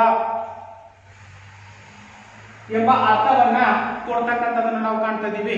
ಮುಟ್ಟಿದ್ರೆ ನಮಗೆ ಒಂದು ಮೈಲಿಗೆ ಅಂತಕ್ಕಂಥದ್ದಾಗುತ್ತೆ. ಈ ಒಂದು ಅನಿಷ್ಟ ಪದ್ಧತಿ ಅಂತಕ್ಕಂಥದ್ದು ಸಮಾಜದಲ್ಲಿ ಇಂದಿಗೂ ಕೂಡ ನಾವು ಕಾಣ್ತಾ ಇದ್ದೀವಿ ಅಲ್ವಾ. ಹಾಗಾದ್ರೆ ಮೂರನೇದಾಗಿರ್ತಕ್ಕಂಥದ್ದು ಬ್ರಿಟಿಷ್ ಸರ್ಕಾರ ಅಂತಕ್ಕಂಥದ್ದು ಏನಿದೆ, 1935ರಲ್ಲಿ ಕೇಂದ್ರ ಕಾಯ್ದೆ, ಸೆಂಟ್ರಲ್ ಆಕ್ಟ್ ಅಂತ ಕರಿತೀವಿ. ಭಾರತ ಸರ್ಕಾರದ ಕಾಯ್ದೆ ಅಂತಕ್ಕಂಥದ್ದು ಏನಿದೆ, ಸೆಂಟ್ರಲ್ ಆಕ್ಟ್, ಕೇಂದ್ರ ಕಾಯ್ದೆ ಅಂತಕ್ಕಂಥದ್ದು 1935ರಲ್ಲಿ ಈ ಒಂದು ಕಾಯ್ದೆಯನ್ನ ತರುವುದರ ಮೂಲಕ ಭಾರತದ ಅಸ್ಪೃಶ್ಯತಾ ವರ್ಗ ಅಂತಕ್ಕಂಥದ್ದೇನಿದೆ, ಆ ವರ್ಗ ಹಾಗೂ ಗುಡ್ಡಗಾಡು ವರ್ಗದ ಜನರನ್ನ, ಅದರಲ್ಲೂ ಸಂಬಂಧಪಟ್ಟಂತೆ ಪರಿಶಿಷ್ಟ ಜಾತಿ ಮತ್ತು ಪರಿಶಿಷ್ಟ ಪಂಗಡ, ಪರಿಶಿಷ್ಟ ಜಾತಿ ಮತ್ತು ಪರಿಶಿಷ್ಟ ಪಂಗಡ ಅಂದ್ರೆ SC ಮತ್ತು ST ಜನಾಂಗ ಅಂತಕ್ಕಂಥದ್ದೇನಿದೆ, ಇವರ ಸ್ಥಿತಿಗತಿಗಳನ್ನ ಅದು ಗಮನಿಸಿರ್ತಕ್ಕಂಥದ್ದು ನಾವು ಕಾಣಬಹುದು. ಆ ಒಂದು ಕಾರಣಕ್ಕಾಗಿನೇ ಸರ್ಕಾರ ಅಂತಕ್ಕಂಥದ್ದೇನಿದೆ, ಬ್ರಿಟಿಷ್ ಸರ್ಕಾರ 1935ರಲ್ಲಿ ಕೇಂದ್ರ ಆಕ್ಟ್ ಅಥವಾ ಸೆಂಟ್ರಲ್ ಆಕ್ಟ್ ಅಂತ ನಾವೇನು ಕರಿತೀವಿ, ಕೇಂದ್ರ ಕಾಯ್ದೆಯನ್ನ ಭಾರತದಲ್ಲಿ ತರುವುದರ ಮೂಲಕ ಅಸ್ಪೃಶ್ಯತೆ ವರ್ಗ ಹಾಗೂ ಗುಡ್ಡಗಾಡು ಜನಾಂಗದವರು, ಅದರ ಜೊತೆಯಲ್ಲಿ ಪರಿಶಿಷ್ಟ ಜಾತಿ ಮತ್ತು ಪರಿಶಿಷ್ಟ ಪಂಗಡಗಳಂತಕ್ಕಂಥವೇನಿದ್ದಾವೆ ಇವುಗಳನ್ನ ನಾವು ಹೆಸರಿಸಿರ್ತಕ್ಕಂಥದ್ದನ್ನು ಕೂಡ ನಾವು ಬ್ರಿಟಿಷ್ ಸರ್ಕಾರವನ್ನ ಕಾಣಬಹುದು. ಯಾವಾಗ, 1935ರಲ್ಲಿ. ಅರ್ಥ ಆಯ್ತಾ ಮಕ್ಕಳೇ? ಇವಿಷ್ಟು ಪ್ರಮುಖವಾಗಿರ್ತಕ್ಕಂಥ ಒಂದು ಸಾಮಾಜಿಕ ಪಿಡುಗಾಗಿರ್ತಕ್ಕಂಥದ್ದು. ಇನ್ನು ನಾಲ್ಕನೇದಾಗಿರ್ತಕ್ಕಂಥದ್ದು ಭಾರತ ರತ್ನ ಅಂತ ನಾವು ಕರೀತಕ್ಕಂತಹ ಡಾಕ್ಟರ್ BR ಅಂಬೇಡ್ಕರ್ ಅವರು ಏನಿದ್ದಾರೆ ಅಂದ್ರೆ ಭಾರತದ ಸಂವಿಧಾನದ ಶಿಲ್ಪಿ ಡಾಕ್ಟರ್ BR ಅಂಬೇಡ್ಕರ್ ಅವರು ಹೇಳುವಂತೆ ಹೊರಗಿನಿಂದ ಬಂದವರು ಮತ್ತು ಊರಿನಿಂದ ಹೊರಗಡೆ ಇಟ್ಟವರು, ಹೊರಗಿನಿಂದ ಬಂದವರು, ಊರಿನಿಂದ ಹೊರಗಡೆ ಇಟ್ಟವರು ಅಥವಾ ನೆಲೆಸಿದರೋ ಅಥವಾ ಊರೊಳಗಡೆ ಇದ್ದವರನ್ನ ಕಾರಣಾಂತರಗಳಿಂದ ಊರ ಹೊರಕ್ಕೆ ತಳ್ಳಲಾಯಿತು. ಯಾರನ್ನ? ಅಸ್ಪೃಶ್ಯರನ್ನ. ಡಾಕ್ಟರ್ BR ಅಂಬೇಡ್ಕರ್ ಅವರು ತಮ್ಮ ಅಭಿಪ್ರಾಯವನ್ನು ವ್ಯಕ್ತಪಡಿಸ್ತಾ ಇದ್ದಾರೆ. ಊರಿಂದ ಬಂದಿರ್ತಕ್ಕಂಥವ್ರು ಅಥವಾ ಊರ ಒಳಗಡೆನೆ ಇರ್ತಕ್ಕಂಥವ್ರು ಅಥವಾ ಹೊರಗಿನಿಂದ ಬಂದಿರ್ತಕ್ಕಂಥವ್ರು, ಇವರೆಲ್ಲರನ್ನು ಕೂಡ ನಾವು ಕೊನೆಗೆ ತಳ್ಳಿರ್ತಕ್ಕಂಥ ನಾವು ಕಾಣ್ತಿದೀವಿ. ಯಾರು ಹೇಳ್ತಾ ಇದ್ದಾರೆ ಈ ಮಾತನ್ನ? ಡಾಕ್ಟರ್ BR ಅಂಬೇಡ್ಕರ್, ಸಂವಿಧಾನ ಶಿಲ್ಪಿ ಅಂತ ನಾವೇನ್ ಕರಿತೀವಿ, ಅವರು ಈ ಒಂದು ಅಂಶವನ್ನ ತಿಳಿಸಿರ್ತಕ್ಕಂಥದ್ದನ್ನು ಕೂಡ ನಾವು ಕಾಣ್ತಾ ಇದ್ದೀವಿ. ಇನ್ನ ಮಹಾತ್ಮ ಗಾಂಧೀಜಿಯವರು, ನಮ್ಮ ಸ್ವತಂತ್ರ ಹೋರಾಟದ ಪ್ರಮುಖ ಮುಂಚೂಣಿಯಲ್ಲಿದ್ದಂತಹ ಮಹಾನ್ ವ್ಯಕ್ತಿ ಯಾರು? ಮಹಾತ್ಮ ಗಾಂಧೀಜಿಯವರು. ಮಹಾತ್ಮ ಗಾಂಧೀಜಿಯವರು ಕೂಡ ಅಸ್ಪೃಶ್ಯರನ್ನ ಹರಿಜನ ಅಂತ ಕರೆದಿದ್ರು. ಇದು ನಿಮ್ಗೆ ನೆನಪಿರ್ಲಿ ಮಕ್ಕಳೇ, ಅಸ್ಪೃಶ್ಯರನ್ನ ಏನಂತ ಕರೆದಿದ್ರು? ಹರಿಜನ. ಏನು ಹರಿಜನ ಅಂತಂದ್ರೆ, ಹಾಗಾದ್ರೆ ಹರಿ ಅಂದರೆ ದೇವರು, ಜನ ಅಂದ್ರೆ ಮಕ್ಕಳು, ಅಂದರೆ ದೇವರ ಮಕ್ಕಳು. ಅಸ್ಪೃಶ್ಯರನ್ನ ಹರಿಜನರು ಅಂತ ಹೇಳ್ಬಿಟ್ಟು ಗಾಂಧೀಜಿಯವರು ಕೂಡ ಕರೆದಿರ್ತಕ್ಕಂಥ ನಾವು ಕಾಣ್ತಾ ಇದ್ದೀವಿ. ಹರಿಜನ ಅಂತಂದ್ರೆ, ಹರಿ ಅಂತಂದ್ರೆ ದೇವರು, ಜನ ಅಂತಂದ್ರೆ ಮಕ್ಕಳು, ಅಸ್ಪೃಶ್ಯರು ದೇವರು ಮಕ್ಕಳು ಅಂತಲೂ ಕೂಡ ಅವರು ವ್ಯಕ್ತಪಡಿಸಿರ್ತಕ್ಕಂಥ ಒಂದು ಅಂಶವನ್ನ ನಾವು ಕಾಣಬೇಕಾಗುತ್ತೆ ಮಕ್ಕಳೇ. ಹಾಗೇನೆ ಮಹಾತ್ಮ ಗಾಂಧೀಜಿ ಪ್ರಕಾರ ಅಸ್ಪೃಶ್ಯತೆ ಜಾತಿಯ ಅತ್ಯಂತ ತಿರಸ್ಕಾರವಾಗಿರ್ತಕ್ಕಂಥ ಅಭಿವ್ಯಕ್ತಿ. ಕೊನೆಯ ಸ್ಥಾನದಲ್ಲಿ ಬ್ರಾಹ್ಮಣ, ಕ್ಷತ್ರಿಯ, ವೈಶ್ಯ, ಶೂದ್ರರು ಅಂತ್ಯವಾಗಿ ಬರ್ತಕ್ಕಂಥವರು ಅಸ್ಪೃಶ್ಯರು ಏನಿದ್ದಾರೆ ಅವರ ಒಂದು ಅಭಿವ್ಯಕ್ತಿ ಜಾತಿಯ ಅಂತ್ಯ ಅಂತಕ್ಕಂಥದ್ದನ್ನು ಕೂಡ ನಾವು ಗಮನಿಸಬಹುದಾಗಿದೆ. ಇದು ಯಾರು ಹೇಳಿರ್ತಕ್ಕಂಥದ್ದು? ಗಾಂಧೀಜಿಯವರ ಅಭಿಪ್ರಾಯವನ್ನು ಪಟ್ಟಿರ್ತಕ್ಕಂಥದ್ದು. ಅಸ್ಪೃಶ್ಯತೆ ಜಾತಿಯ ಅತ್ಯಂತ ತಿರಸ್ಕಾರವಾಗಿರ್ತಕ್ಕಂಥದ್ದು. ಅಸ್ಪೃಶ್ಯತೆ ಅಸ್ಪೃಶ್ಯವಾಗಿರ್ತಕ್ಕಂಥ ಏನಿದ್ದಾರೆ ಜಾತಿಯಿಂದ ತಿರಸ್ಕೃತವಾಗಿರ್ತಕ್ಕಂಥವ್ರು. ಹಾಗಾಗಿ ಗಾಂಧೀಜಿಯವರು ಕೂಡ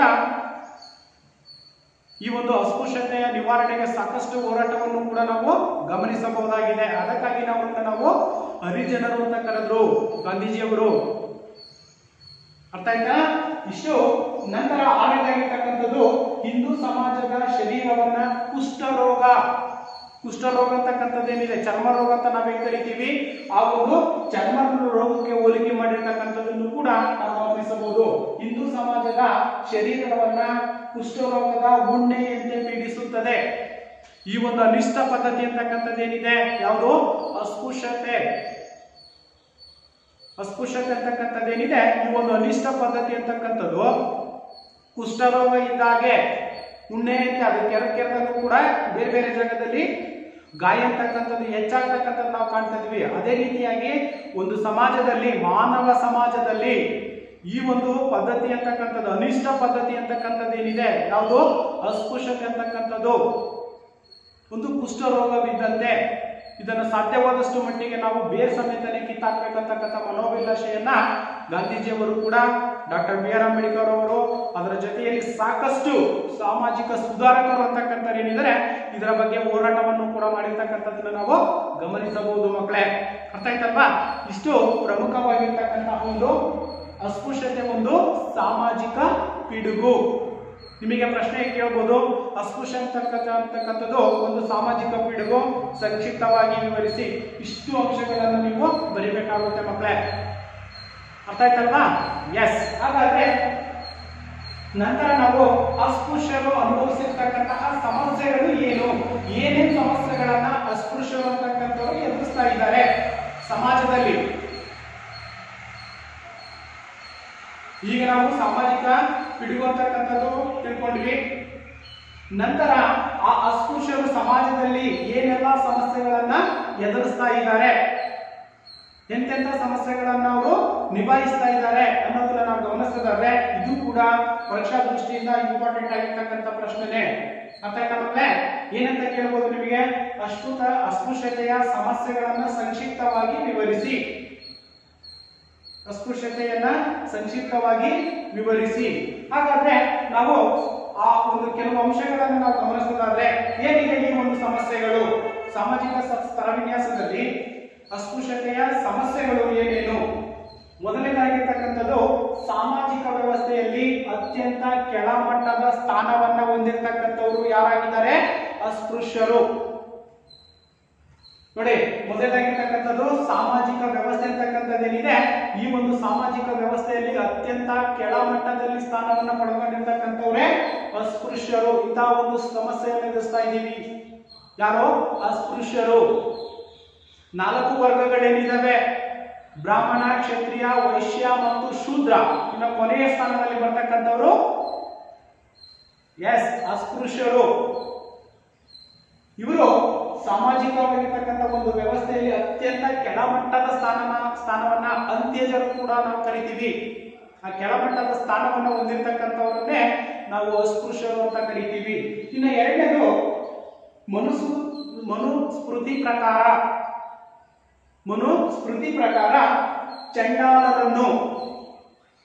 ಚಂಡಾಲರನ್ನು ಮುಟ್ಟಿದವರು 10 ಹಲವು ಪ್ರಾಯಶ್ಚಿತ್ತಕ್ಕೆ ಒಳಪಡಬೇಕಾಗುತ್ತೆ. ಅಂದ್ರೆ ಅಸ್ಪೃಶ್ಯರು ಯಾರನ್ನ ಅಸ್ಪೃಶ್ಯರು ಅಂತಕ್ಕಂಥರಿದ್ದಾರೆ ಅವ್ರನ್ನೇನಾದ್ರು ಮುಟ್ಟಿದಂತ ಸಂದರ್ಭಗಳಲ್ಲಿ 10 ಹಲವಾರು ಸಮಸ್ಯೆಗಳಿಗೆ ಪಶ್ಚಾತ್ತಾಪವನ್ನ ಪಡಬೇಕಾಗುತ್ತೆ. ಇದು ಎರಡನೆಯ ಸಮಸ್ಯೆ. ಇನ್ನು ಮೂರನೇದಾಗಿರ್ತಕ್ಕಂಥದ್ದು ಶೈಕ್ಷಣಿಕ ಅವಕಾಶಗಳಿಂದ ಹೊರಗಿಟ್ಟಿರ್ತಕ್ಕಂಥದ್ದು. ಅಸ್ಪೃಶ್ಯ ಅಸ್ಪೃಶ್ಯರು ಅಂತಕ್ಕಂಥ ಏನಿದ್ದಾರೆ ಇವರು ಶೈಕ್ಷಣಿಕವಾಗಿರ್ತಕ್ಕಂಥ ಯಾವುದೇ ಒಂದು ಇದರಲ್ಲಿ ಭಾಗವಹಿಸುವಾಗಿಲ್ಲ, ಶಿಕ್ಷಣವನ್ನ ಪಡ್ಕೊಳ್ತಕ್ಕಂತಹ ಒಂದು ನಿರ್ದಿಷ್ಟನೂ ಕೂಡ ಕನಿಷ್ಠನೂ ಕೂಡ ಇಲ್ಲದೆ ಆಗಿರ್ತಕ್ಕಂಥದ್ದು. ಅದಕ್ಕೆ ನಾವಿಲ್ಲಿ ಶೈಕ್ಷಣಿಕ ಅವಕಾಶಗಳಿಂದ ಹೊರಗಿಡಲಾಗಿತ್ತು. ಅವರಿಗೆ ಶಿಕ್ಷಣದ ಒಂದು ವ್ಯವಸ್ಥೆ ಅಂತಕ್ಕಂಥದ್ದು, ಶಿಕ್ಷಣ ಕಲಿತಕ್ಕಂಥದ್ದು ಕೂಡ ಅವರಿಗೆ ಅವಕಾಶ ಅಂತಕ್ಕಂಥದ್ದು ಸಮಾಜದಲ್ಲಿ ಕಲ್ಪಿಸಿಕೊಟ್ಟಿರಲಿಲ್ಲ. ಇದು ಬಹಳಷ್ಟು ಕ್ಲಿಷ್ಟಕರವಾಗಿರ್ತಕ್ಕಂತಹ ಒಂದು ಸಂಗತಿ ಅಂತಕ್ಕಂಥದ್ದು. ಅಸ್ಪೃಶ್ಯರನ್ನ ಶೈಕ್ಷಣಿಕ ಚಟುವಟಿಕೆಗಳಿಂದ ದೂರ ಇಡಲಾಗಿತ್ತು. ಯಾವ ಕಾರಣಕ್ಕೂ ಕೂಡ ಅವರು ಶಿಕ್ಷಣವನ್ನ ಪಡೆಯುವಂತಿರ್ಲಿಲ್ಲ. ಯಾರು ಕೊನೆಯ ಸ್ಥಾನದಲ್ಲಿ ಏನು ಅಂತ್ಯಜರು ಅಥವಾ ಅಸ್ಪೃಶ್ಯರು ಅಂತ ನಾವೇ ಕರಿತೀವಿ, ಅವ್ರಿಗೆ ಯಾವುದೇ ರೀತಿಯಾಗಿರ್ತಕ್ಕಂಥ ಒಂದು ಶಿಕ್ಷಣದ ವ್ಯವಸ್ಥೆ ಅಂತಕ್ಕಂಥದ್ದು ಕಲಿತಕ್ಕಂಥದ್ದು ಕೂಡ ಅವರಿಗೆ ಇರಲಿಲ್ಲ, ಅವರನ್ನ ದೂರ ಇಡಲಾಗಿತ್ತು. ಇನ್ನು ವೇದಗಳು ಅಂತಕ್ಕಂಥವೇನಿದಾವೆ, ವೇದಗಳು ಋಗ್ವೇದ, ಯಜುರ್ವೇದ, ಸಾಮವೇದ ಮತ್ತು ಅಥರ್ವವೇದ ಅಂತ ನಾವೇನ್ ಕರಿತೀವಿ, ಈ ಒಂದು ವೇದಗಳನ್ನು ಕೂಡ ಕೇಳುವಂತಿರ್ಲಿಲ್ಲ. ಯಾಕಂತಂದ್ರೆ ಇದನ್ನ ಕೇಳ್ತಕ್ಕಂಥವ್ರು ಯಾರು, ಮೇಲ್ವರ್ಗದವರು ಮಾತ್ರ ಈ ವೇದಗಳನ್ನ ಪಠಣೆಯನ್ನ ಕೇಳ್ತಕ್ಕಂಥದ್ದು ಅಥವಾ ವೇದಗಳನ್ನ ಅಧ್ಯಯನವನ್ನ ಮಾಡ್ತಕ್ಕಂಥದ್ದನ್ನು ನಾವು ಕಾಣ್ತಾ ಇದ್ವಿ. ಹಾಗಾಗಿ ಇಲ್ಲಿ ಅಸ್ಪೃಶ್ಯರು ಅಂತಕ್ಕಂಥವ್ರು ಏನಿದ್ದಾರೆ ವೇದಗಳನ್ನು ಕೂಡ ಕೇಳುವಂತಿರ್ಲಿಲ್ಲ ಮತ್ತು ಓದುವಂತನ್ನು ಕೂಡ ಇರಲಿಲ್ಲ. ಓದ್ತಕ್ಕಂಥದ್ದು ಇಲ್ಲ, ಕೇಳ್ತಕ್ಕಂಥದ್ದು ಇಲ್ಲ. ಹಾಗಿದ್ಮೇಲೆ ಇನ್ನೆಲ್ಲಿಂದ ಶಿಕ್ಷಣ ಅಂತಕ್ಕಂಥದ್ದನ್ನ ಅಸ್ಪೃಶ್ಯರು ಪಡೀಲಿಕ್ಕೆ ಸಾಧ್ಯತೆ ಇದೆ ಮಕ್ಕಳೇ ಅಲ್ವಾ? ಹಾಗಾಗಿ ಇಲ್ಲಿ ಶೈಕ್ಷಣಿಕ ಅವಕಾಶಗಳಿಂದ ಹೊರಗಿಡಲಾಗಿತ್ತು. ಅಸ್ಪೃಶ್ಯರನ್ನ ಶೈಕ್ಷಣಿಕ ಚಟುವಟಿಕೆಗಳಿಂದಲೂ ಕೂಡ ದೂರ ಇಡಲಾಗಿತ್ತು. ಇನ್ನು ವೇದಗಳಂತಕ್ಕಂಥವೇನಿದಾವೆ ಅವುಗಳನ್ನ ಓದ್ತಕ್ಕಂಥದ್ದು ಇಲ್ಲ, ಬರೀತಕ್ಕಂಥದ್ದು ಇಲ್ಲ, ಆ ಓದುವಂತಲಿರಲಿಲ್ಲ, ಹಾಗೇನೆ ವೇದಗಳನ್ನ ಕೇಳುವಂತಲಿರಲಿಲ್ಲ. ಇನ್ನು ಸಂಸ್ಕೃತ ಭಾಷೆ ಅಂತಕ್ಕಂಥದ್ದೇನಿದೆ, ಈ ಸಂಸ್ಕೃತ ಭಾಷೆಯನ್ನು ಕೂಡ ಕೇಳುವಂತಿರ್ಲಿಲ್ಲ ಅಥವಾ ಕಲಿಯುವಂತಿರ್ಲಿಲ್ಲ. ಎಂತ ಒಂದು ಶೋಚನೀಯವಾಗಿರ್ತಕ್ಕಂತಹ ಒಂದು ಸಮಸ್ಯೆಯನ್ನ ಸಮಾಜದಲ್ಲಿ ಈ ಒಂದು ಅಂತ್ಯವರ್ಗ ಅಂತಕ್ಕಂಥದ್ದೇನಿದೆ ಅಥವಾ ಅಸ್ಪೃಶ್ಯರು ಅಂತಕ್ಕಂಥದ್ದೇನಿದ್ದಾರೆ ದೊಡ್ಡದಾಗಿರ್ತಕ್ಕಂಥ ಒಂದು ಸಮಸ್ಯೆಗಳನ್ನು ಅವರು ಎದುರಿಸ್ತಿರ್ತಕ್ಕಂಥದ್ದನ್ನು ಕೂಡ ನಾವು ಗಮನಿಸಬಹುದಾಗಿದೆ ಮಕ್ಕಳೇ ಅಲ್ವಾ? ಇನ್ನು ನಾಲ್ಕನೇದಾಗಿರ್ತಕ್ಕಂಥದ್ದು ಅಸ್ಪೃಶ್ಯ ವಿದ್ಯಾರ್ಥಿಗಳಿಗೆ ಸವರ್ಣೀಯ ವಿದ್ಯಾರ್ಥಿಗಳ ಜೊತೆ ಮೇಲ್ವರ್ಗದ ವಿದ್ಯಾರ್ಥಿಗಳೇನಿದ್ದಾರೆ ಆ ಮೇಲ್ವರ್ಗದ ವಿದ್ಯಾರ್ಥಿಗಳ ಜೊತೆಯಲ್ಲಿ ಕೆಳವರ್ಗದ ಅಥವಾ ಅಸ್ಪೃಶ್ಯ ವರ್ಗದ ವಿದ್ಯಾರ್ಥಿಗಳು ಅಂತಕ್ಕಂಥವ್ರು ವಿದ್ಯಾಭ್ಯಾಸವನ್ನ ಮಾಡುವಂತಿಲ್ಲ ಅಥವಾ ಅವರ ಜೊತೆಯಲ್ಲಿನೇ ಓಡಾಡುವಂತಿಲ್ಲ ಅಥವಾ ಅವರ ಜೊತೆಯಲ್ಲೇನೆ ಕುಳಿತು ಶಿಕ್ಷಣವನ್ನ ಪಡೆಯುವಂತ ಒಂದು ವ್ಯವಸ್ಥೆ ಅಂತಕ್ಕಂಥದ್ದು ಕೂಡ ಸಮಾಜದಲ್ಲಿ ಅವರಿಗೆ ಇರಲಿಲ್ಲ. ನೋಡಿ, ಅಸ್ಪೃಶ್ಯ ವಿದ್ಯಾರ್ಥಿಗಳಿಗೆ ಸವರ್ಣೀಯ ವಿದ್ಯಾರ್ಥಿಗಳ ಜೊತೆ ಕುಳಿತುಕೊಳ್ಳುವ ಮತ್ತು ಪಾಠಗಳನ್ನ ಕಲಿತಕ್ಕಂತ ಒಂದು ಅವಕಾಶ ಅಂತಕ್ಕಂಥದ್ದು ಕೂಡ ಸಮಾಜದಲ್ಲಿ ಕಲ್ಪಿಸಿಕೊಟ್ಟಿರ್ಲಿಲ್ಲ.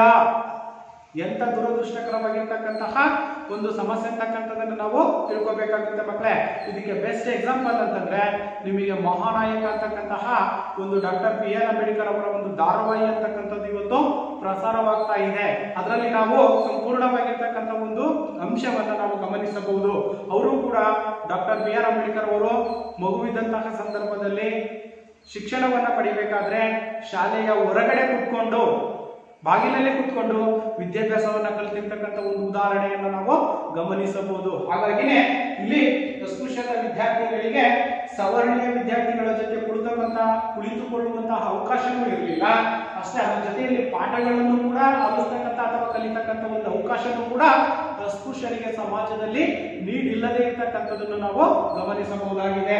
ಹಾಗೇನೆ ಇನ್ನು ಐದನೇದಾಗಿರ್ತಕ್ಕಂಥ ಸಮಸ್ಯೆಯನ್ನು ನಾವು ಗಮನಿಸಿದಾಗ ಶಿಕ್ಷಣಕ್ಕೆ ಸಂಬಂಧಪಟ್ಟಂತೆ ಡಾಕ್ಟರ್ ಬಿ ಆರ್ ಅಂಬೇಡ್ಕರ್ ಅವರಿಗೆ ಸಾಮಾಜಿಕ ನ್ಯಾಯವನ್ನು ಪಡೆಯುವ ಒಂದು ಹೋರಾಟಕ್ಕೆ ಪ್ರವೇಶ ಅಂತಕ್ಕಂಥದ್ದು ಕೂಡ ಸಿಕ್ಕಿರ್ತಕ್ಕಂಥದ್ದು. ನೋಡಿ, ಇಷ್ಟೆಲ್ಲ ಸಮಸ್ಯೆಗಳನ್ನ ಸಮಾಜದಲ್ಲಿ ಅಸ್ಪೃಶ್ಯರು ಇರ್ತಕ್ಕಂಥವ್ರು ಎದುರಿಸ್ತಾ ಇದ್ದಾರೆ ಅಂದಾಗ ಅವ್ರಿಗೆ ಏನಾದ್ರೂ ಮಾಡಿ ಒಂದು ನ್ಯಾಯವನ್ನ ಕೊಡಿಸ್ಬೇಕಂತಕ್ಕಂಥ ದೃಷ್ಟಿಯನ್ನ ಇಟ್ಕೊಂಡು ಶಿಕ್ಷಣ ಕ್ಷೇತ್ರದಲ್ಲಿ ಶಿಕ್ಷಣಕ್ಕೆ ಹೆಚ್ಚಿನ ಒಂದು ಒತ್ತನ್ನು ಕೊಡಬೇಕಂತ ಹೇಳ್ಬಿಟ್ಟು ಡಾಕ್ಟರ್ ಬಿ ಆರ್ ಅಂಬೇಡ್ಕರ್ ಅವರು ಸತತವಾಗಿರ್ತಕ್ಕಂಥ ಒಂದು ಹೋರಾಟವನ್ನು ಕೂಡ ಮಾಡಿರ್ತಕ್ಕಂಥದ್ದು ನಾವು ಕಾಣ್ತಿದ್ವಿ. ಅದನ್ನೇ ಶಿಕ್ಷಣಕ್ಕೆ ಡಾಕ್ಟರ್ ಬಿ ಆರ್ ಅಂಬೇಡ್ಕರ್ ಅವರಿಗೆ ಸಾಮಾಜಿಕ ನ್ಯಾಯ ಪಡೆಯುವ ಒಂದು ಹೋರಾಟಕ್ಕೆ ಪ್ರವೇಶ ಅಂತಕ್ಕಂಥದ್ದನ್ನು ನೀಡಲಾಯಿತು. ಅವರು ಕೂಡ ಅನುಭವಿಸಿರ್ತಕ್ಕಂಥ ಒಂದು ಸಮಸ್ಯೆ ಅಂತಕ್ಕಂಥದ್ದೇನಿದೆ ಇದು ಯಾರಿಗೂ ಕೂಡ ಬರಬಾರ್ದು. ಅಂತ್ಯ ವರ್ಗದಲ್ಲಿರ್ತಕ್ಕಂಥವ್ರಿಗೆ ಏನಿದ್ದಾರೆ ಅವ್ರಿಗೆ ಯಾವ ಕಾರಣಕ್ಕೂ ಕೂಡ ಬರಬಾರ್ದು ಅಂತಕ್ಕಂಥದನ್ನ ಮನದಟ್ಟನ್ನ ಮಾಡ್ಕೊಂಡಿರ್ತಕ್ಕಂಥವ್ರು ಡಾಕ್ಟರ್ ಬಿ ಆರ್ ಅಂಬೇಡ್ಕರ್ ಅವರು. ಹಾಗೇನೆ ಇನ್ನು ಆರನೇದಾಗಿರ್ತಕ್ಕಂಥದ್ದು ಶಿಕ್ಷಣದ ಮಹತ್ವವನ್ನ ಮನಗಾಣಿಸುವ ಹೋರಾಟಕ್ಕೂ ಆದ್ಯತೆಯನ್ನ ನೀಡುತ್ತಾರೆ. ಶಿಕ್ಷಣ ಸಾರ್ವಜನಿಕ ಸ್ವತ್ತಾಗಬೇಕು. ಶಿಕ್ಷಣ ಅಂತಕ್ಕಂಥದ್ದೇನಿದೆ, ಈ ಎಜುಕೇಶನ್ ಸಾರ್ವಜನಿಕ ಸ್ವತ್ತಾಗಬೇಕು. ಪ್ರತಿಯೊಬ್ಬರು ಕೂಡ ಶಿಕ್ಷಣವನ್ನ ಪಡೆಯಲೇಬೇಕು. ಶಿಕ್ಷಣವನ್ನ ಪಡ್ಕೊಂಡಂತ ಸಂದರ್ಭದಲ್ಲಿ ಈ ಜಾತಿ ವ್ಯವಸ್ಥೆ, ವರ್ಣ ವ್ಯವಸ್ಥೆ ಅಲ್ವಾ, ಈ ಒಂದು ಅನಿಷ್ಟ ಪದ್ಧತಿಗಳು, ಸಾಮಾಜಿಕ ಅನಿಷ್ಟ ಪದ್ಧತಿಗಳು ಅಂತಕ್ಕಂಥವೇನಿದಾವೆ ಇವನ್ನ ಹೋಗಲಾಡಿಸ್ಲಿಕ್ಕೆ ಬೇರೆ ಸಮೇತ ಕಿತ್ತಾಗ್ಲಿಕ್ಕೆ ಸಾಧ್ಯತೆ ಇದೆ ಅಂತಕ್ಕಂಥ ಒಂದು ಅಂಶವನ್ನ ಡಾಕ್ಟರ್ BR ಅಂಬೇಡ್ಕರ್ ಅವರು ಹೊಂದಿದ್ರು. ಆ ಕಾರಣಕ್ಕಾಗಿನೇ ಇವರ ಸತತವಾಗಿರ್ತಕ್ಕಂಥ ಒಂದು ಹೋರಾಟದ ಫಲವಾಗಿನೇ ಇವರು ಸಾರ್ವಜನಿಕ ಶಿಕ್ಷಣಕ್ಕೆ ಹೆಚ್ಚು ಒತ್ತನ್ನು ನೀಡಬೇಕು ಅಂತಕ್ಕಂಥ ಒಂದು ಅಂಶವನ್ನ ಮನದಟ್ಟನ್ನು ಕೂಡ ಡಾಕ್ಟರ್ BR ಅಂಬೇಡ್ಕರ್ ಅವರು ಮಾಡ್ಕೊಂಡಿರ್ತಕ್ಕಂಥದನ್ನ ನಾವು ಇಲ್ಲಿ ಗಮನಿಸಬಹುದು ಮಕ್ಕಳೇ. ಹಾಗೇನೆ ಇನ್ನ 7ನೇದಾಗಿರ್ತಕ್ಕಂಥದ್ದು ಆಸ್ತಿ ಒಡೆತನದ ಹಕ್ಕಿನ ನಿರಾಕರಣೆ. ಆಸ್ತಿ ಹಕ್ಕಂತಕ್ಕಂಥದ್ದೇನಿದೆ, ಪಿತ್ರಾರ್ಜಿತ ಅಥವಾ ಇನ್ನಿತರ ಆಸ್ತಿಗಳಂತಕ್ಕಂಥವೇನಿದಾವೆ ಅವುಗಳನ್ನ ಸಂಪೂರ್ಣವಾಗಿ ಅಸ್ಪೃಶ್ಯರಿಂದ ಹೊರಗಡೆ ಇಟ್ಟಿರ್ತಕ್ಕಂಥದ್ದು ಅಥವಾ ಆ ಒಂದು ಆಸ್ತಿ ಹಕ್ಕನ್ನು ಕೂಡ ಪಡಿತಕ್ಕಂಥ ಒಂದು ಜವಾಬ್ದಾರಿ ಇರ್ತಕ್ಕಂಥದ್ದು ಕೂಡ ಅವರಿಗೆ ಇರಲಿಲ್ಲ. ಇನ್ನ 8ನೇದಾಗಿರ್ತಕ್ಕಂಥದ್ದು ಸಮಸ್ಯೆ, ಬಹಳಷ್ಟು ಪ್ರಮುಖವಾಗಿರ್ತಕ್ಕಂಥ ಸಮಸ್ಯೆ ರಾಜಕೀಯ ಭಾಗವಹಿಸುವಿಕೆ. ಅಸ್ಪೃಶ್ಯರು ಅಂತಕ್ಕಂಥದ್ದೇನಿದ್ದಾರೆ ಇವರು ರಾಜಕೀಯ ವ್ಯವಸ್ಥೆಯಲ್ಲಿ ಭಾಗವಹಿಸ್ತಕ್ಕಂಥ ಅಧಿಕಾರನೂ ಕೂಡ ಅವರಿಗೆ ಇರಲಿಲ್ಲ. ನೋಡಿ ಎಂತ ಒಂದು ಸಮಸ್ಯೆ ಅಂತಕ್ಕಂಥದ್ದನ್ನು ನಾವು ಗಮನಿಸೋದಾದ್ರೆ ಮಕ್ಕಳೇ, ಇಲ್ಲಿ ಏನು ರಾಜಕೀಯ ವಿಭಾಗದಲ್ಲಿ ಅಥವಾ ರಾಜಕೀಯದಲ್ಲಿ ಈ ಒಂದು ಕೆಳವರ್ಗ ಅಂತಕ್ಕಂಥದ್ದೇನಿದೆ, ಅಂತ್ಯಜರು ಅಂತ ನಾವೇನ್ ಕರಿತೀವಿ, ಅಸ್ಪೃಶ್ಯರು ಅಂತ ನಾವೇನ್ ಕರಿತೀವಿ, ಇವರು ಭಾಗವಹಿಸುವಂತಿರ್ಲಿಲ್ಲ. ರಾಜಕೀಯದಲ್ಲೂ ಕೂಡ ಭಾಗವಹಿಸುವಂತಿರಲಿಲ್ಲ. ಇನ್ನ ಡಾಕ್ಟರ್ BR ಅಂಬೇಡ್ಕರ್ ಅವರ ಹೋರಾಟದ ಫಲವಾಗಿ ಅಸ್ಪೃಶ್ಯರಿಗೆ ಅಥವಾ ಅಸ್ಪೃಶ್ಯರಿಗೆ ರಾಜಕೀಯ ಕ್ಷೇತ್ರದಲ್ಲಿ ಹಾಗೂ ಆಡಳಿತದಲ್ಲಿ ಅವಕಾಶಗಳಂತಕ್ಕಂಥವು ಕೂಡ ದೊರೆತಿರ್ತಕ್ಕಂಥ ನಾವು ಕಾಣ್ತಾ ಇದ್ದೀವಿ. ಅಂಬೇಡ್ಕರ್ ಅವರು ಅಸ್ಪೃಶ್ಯರ ಒಂದು ವಿರುದ್ಧ ಹೋರಾಟವನ್ನ ಮಾಡಿದ್ರು, ನ್ಯಾಯವನ್ನ ಪಡ್ಕೊಂಡ್ರು. ಆ ಕಾರಣಕ್ಕಾಗಿ ಅಸ್ಪೃಶ್ಯರಿಗೆ ರಾಜಕೀಯ ಕ್ಷೇತ್ರದಲ್ಲಿ ಅವ್ರದೇ ಆಗಿರ್ತಕ್ಕಂತಹ ಒಂದೊಂದು ರಾಜಕೀಯ ಕ್ಷೇತ್ರಗಳಂತಕ್ಕಂಥವೇನಿದಾವೆ ಮೀಸಲಾತಿ ಅಂತಕ್ಕಂಥದನ್ನ ನೀಡಬೇಕು. ಅವ್ರದೇ ಆಗಿರ್ತಕ್ಕಂಥ ಒಂದು ಕ್ಷೇತ್ರ ಅಂತಕ್ಕಂಥದನ್ನ ಪ್ರಾರಂಭಿಸಬೇಕು. ಅದನ್ನೇ ಅವರ ಫಲವಾಗಿ ಅಸ್ಪೃಶ್ಯರಿಗೆ ರಾಜಕೀಯ ಕ್ಷೇತ್ರದಲ್ಲಿ ಹಾಗೂ ಆಡಳಿತದಲ್ಲಿ ಅವಕಾಶಗಳು ಕೂಡ ದೊರೆತಿರ್ತಕ್ಕಂಥದ್ದನ್ನು ನಾವು ಅಂಬೇಡ್ಕರ್ ಅವರ ಒಂದು ಇದರಲ್ಲಿ ನಾವು ಕಾಣಬಹುದು. ಅವರ ಒಂದು ಹೋರಾಟದ ಪ್ರತಿಫಲವಾಗಿ ಅಸ್ಪೃಶ್ಯರು ರಾಜಕೀಯ ಕ್ಷೇತ್ರದಲ್ಲಿ ಆಡಳಿತದಲ್ಲೂ ಕೂಡ ಭಾಗವಹಿಸತಕ್ಕಂಥ ಅವಕಾಶ ಅಂತಕ್ಕಂಥದನ್ನ ಇಲ್ಲಿ ಕಲ್ಪಿಸಿಕೊಟ್ಟಿರ್ತಕ್ಕಂಥದನ್ನ ನಾವು ಗಮನಿಸಬೇಕು. ಇನ್ನ ಈ ಮುಂತಾದ ಅಂಶಗಳಿಂದಾಗಿ ಈ ಏನು 9 ಅಂಶಗಳಂತಕ್ಕಂಥವೇನಿದಾವೆ 9 ಸಮಸ್ಯೆಗಳನ್ನ ಅಸ್ಪೃಶ್ಯರು ಅಂತಕ್ಕಂಥವರು ಅನುಭವಿಸ್ತಾ ಇದ್ದಾರೆ. ಈ ಎಲ್ಲಾ ಸಮಸ್ಯೆಗಳು ಅಂಶಗಳಿಂದಾಗಿ ಅಸ್ಪೃಶ್ಯತೆ ಒಂದು ಸಾಮಾಜಿಕವಾಗಿರ್ತಕ್ಕಂಥ ಪಿಡುಗು ಎಂಬುದಾಗಿ ನಾವು ಕರೆಯಬಹುದಾಗಿದೆ. ಇಂಥ ಸಮಸ್ಯೆಗಳನ್ನ ಅಸ್ಪೃಶ್ಯರು ಅಂತಕ್ಕಂಥವರು ಸಾಕಷ್ಟು ಸಾಮಾಜಿಕವಾಗಿರ್ತಕ್ಕಂತಹ ಸಮಸ್ಯೆಗಳನ್ನ ಅಸ್ಪೃಶ್ಯರು ಎದುರಿಸ್ತಾ ಬಂದಿರತಕ್ಕಂಥದ್ದನ್ನು ಕೂಡ ನಾವು ಗಮನಿಸಬಹುದಾಗಿದೆ ಮಕ್ಕಳೇ. ಅರ್ಥ ಆಯ್ತಲ್ವಾ? ಇಷ್ಟು ಅಸ್ಪೃಶ್ಯತೆಯ ಸಮಸ್ಯೆಗಳು. ಏನೇನು ಸಮಸ್ಯೆಗಳನ್ನ ನಿಮಗೆ ಪ್ರಶ್ನೆಯನ್ನ ಕೇಳಬಹುದು, ಅಸ್ಪೃಶ್ಯರ ಸಮಸ್ಯೆಗಳನ್ನ ಸಂಕ್ಷಿಪ್ತವಾಗಿ ಪಟ್ಟಿ ಮಾಡಿ ಅಲ್ವಾ, ಸಮಸ್ಯೆಗಳನ್ನ ತಿಳಿಸಿ ಅಂತಲೂ ಕೂಡ ಪ್ರಶ್ನೆ ಬರ್ಬೋದು ಮಕ್ಕಳೇ. ಅರ್ಥ ಆಯ್ತಲ್ವಾ? ಇಷ್ಟು ಪ್ರಮುಖವಾಗಿರ್ತಕ್ಕಂತಹ ಅಸ್ಪೃಶ್ಯತೆಯ ಸಮಸ್ಯೆಗಳು. ಹಾಗಾದ್ರೆ ಇಷ್ಟೆಲ್ಲ ಸಮಸ್ಯೆಗಳು ಏನಿದಾವೆ, ಅಸ್ಪೃಶ್ಯರ ಸಮಸ್ಯೆಗಳು, ಸಾಮಾಜಿಕವಾಗಿರ್ತಕ್ಕಂಥ ಸಮಸ್ಯೆಗಳಂತಕ್ಕಂಥವೇನಿದಾವೆ, ಈ ಒಂದು ಸಮಸ್ಯೆಗಳನ್ನ ಹೋಗಲಾಡಿಸಲಿಕ್ಕೆ ಹಲವಾರು ಕ್ರಮಗಳನ್ನ, ಕಾನೂನು ಕ್ರಮಗಳನ್ನು ಕೂಡ ಜಾರಿಗೆ ತರಲಾಯಿತು. ಆ ಜಾರಿಗೆ ತಂದಂತಹ ಸಂದರ್ಭದಲ್ಲಿ ಅಸ್ಪೃಶ್ಯರು ಶಿಕ್ಷಣದಿಂದ ಆಗಿರ್ಬೋದು, ಆಡಳಿತದಲ್ಲಾಗಿರ್ಬೋದು, ರಾಜಕೀಯದಲ್ಲಾಗಿರ್ಬೋದು, ಎಲ್ಲಾ ಕ್ಷೇತ್ರಗಳಲ್ಲೂ ಕೂಡ ಭಾಗವಹಿಸುವಂತ ಅವಕಾಶ ಅಂತಕ್ಕಂಥದ್ದನ್ನು ನಾವು ಗಮನಿಸಬಹುದಾಗಿದೆ.